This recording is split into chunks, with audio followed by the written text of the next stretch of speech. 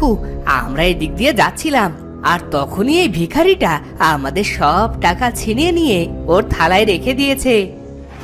ভিখারি চোর, মার মার ওকে, মার।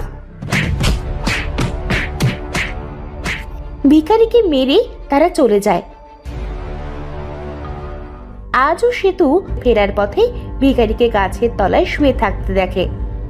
এই কি হয়েছে আঙ্কেল? আপনার সারা শরীর দেখছি রক্তে রক্তাক্ত হয়ে আছে। ও তেমন কিছু না, ওই দুষ্টু ছেলে দুটো আজও আমার টাকা ছিনিয়ে নিয়ে এই হাল করেছে। ইস, চলুন আঙ্কেল, আমাদের বাড়ি চলুন। ভিখারিকে নিয়ে সেতু তাদের বাড়ি আসে। এরপরে সেতু আর সেতুর মা ভিখারির হাত পা কাপড় দিয়ে